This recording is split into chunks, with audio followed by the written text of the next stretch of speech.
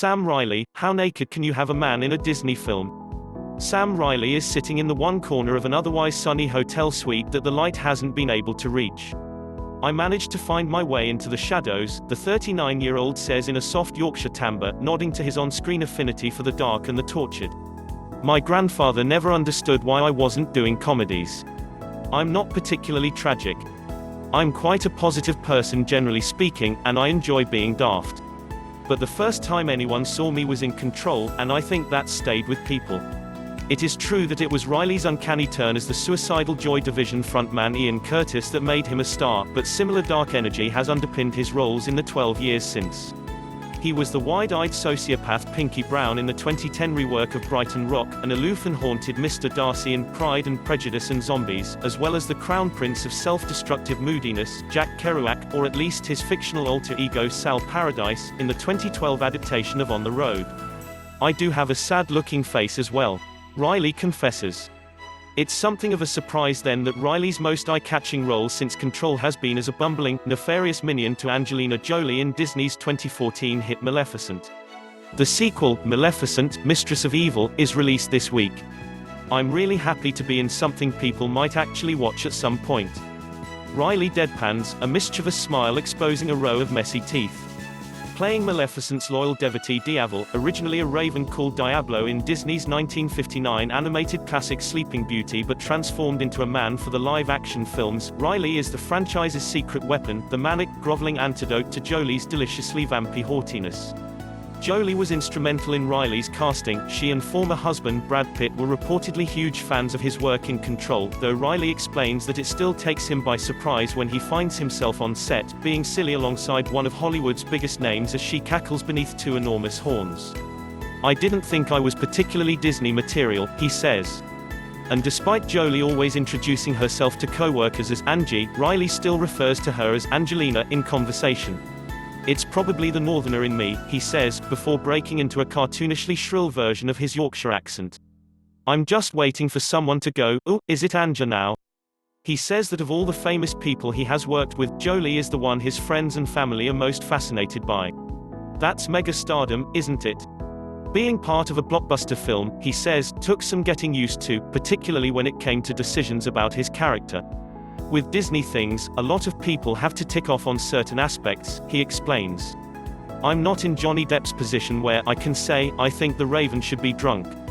Every look that we tried, and there were hundreds of looks, had to be okayed by hundreds of people. In the first film, he says the upper echelons at Disney were riddled with nerves over the scene in which Maleficent turns Diaval from a raven into a man, and whether the scene called for nudity. How naked can you have a man in a Disney film? Riley remembers asking. In the end, he was supplied with a plastic breastplate, complete with a six-pack, and some strategically placed mud to cover his modesty for the scene in question. It was the best I'd ever looked, he jokes. For the sequel, he was thrilled to remain fully clothed. I even did up all the buttons on my shirt this time. Maleficent, Mistress of Evil is a looser and more sprawling fantasy epic in comparison to its predecessor, with a plot that strands many of the first film's cast in separate adventures.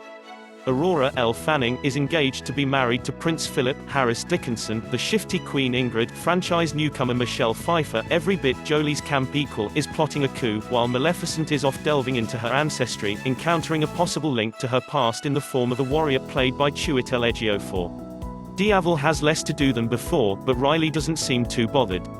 There are so many times when you put all the work in and nobody cares, or nobody sees it and it disappears, he explains. After the experiences I've had in this business, I sort of limit my expectations. Riley trained at the National Youth Theatre as a teenager but was pulled towards music as he reached his 20s. He says today, however, that his musical aspirations produced limited success. 10,000 Things, the band he once fronted, were signed to Polydor in 2003 and were a riotous footnote to the indie landfill era, The Guardian declaring their only album an overproduced and overlong mess. After they were dropped by the label, he returned to acting, making a living from a series of odd jobs until he attended an open audition for Control. He would meet his future wife, the actor Alexandra Maria Lara, who played Curtis's Belgian lover, journalist Annick Honoré, while working on it, and seemed set for major stardom. Assisted by a number of accolades for his performance, including a BAFTA nomination, he was declared one of the major next big things in UK acting. What followed was a somewhat standard publicity cycle, the modeling contract with Burberry, a few American star vehicles, the rumors that he was going to succeed Daniel Craig as James Bond. But then it all seemed to stagnate. Outside of his work with the acclaimed British filmmaker Ben Wheatley, including the action thriller Free Fire and the forthcoming Netflix adaptation of Daphne du Maurier's Rebecca, Riley has often wound up in projects that fared poorly with critics and audiences: the little-seen BBC spy drama SSGB, the maligned Marie Curie biopic Radioactive, the latter-day Harvey Weinstein flop Suite Française. The Maleficent franchise is probably one of the few projects a large number of people would have seen him in since Control. Riley is open about the fact that his career took a turn away from what many expected it to be, and quick to be self-deprecating. "I think it was mutual on the part of the film industry and me, a slight reticence and suspicion," he confides. "The closer I ever got to being famous, the more I was a bit panicked by it and pulled away from it. It began early." 13, a 2010 action thriller that should have been his big American debut, took years to see the light of day. Riley only discovered it was out in the world when he was visiting his parents back home in Yorkshire and a man carrying a basket of knockoff DVDs offered to sell him a copy of it. "I bought it, obviously, and watched my big American breakthrough on a pirate DVD," Riley cracks.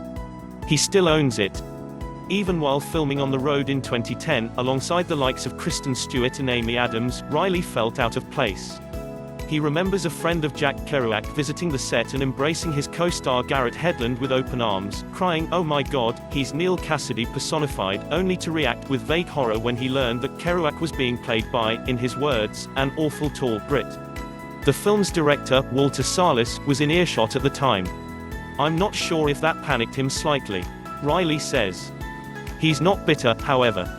He's been based in Berlin, where Lara grew up, since Control, the pair raising their 5-year-old son and taking turns working on film sets and taking care of the home. "We want to have a life with each other," he explains.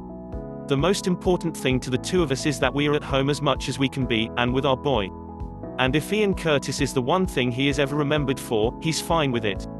When I and my wife were in Cannes in 2007, we were looking down from the roof of the cinema and people were queuing around the block," he remembers.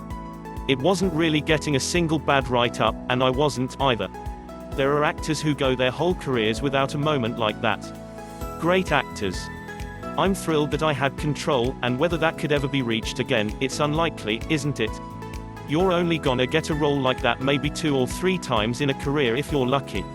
I just want to be an actor that works, who can keep getting away with it."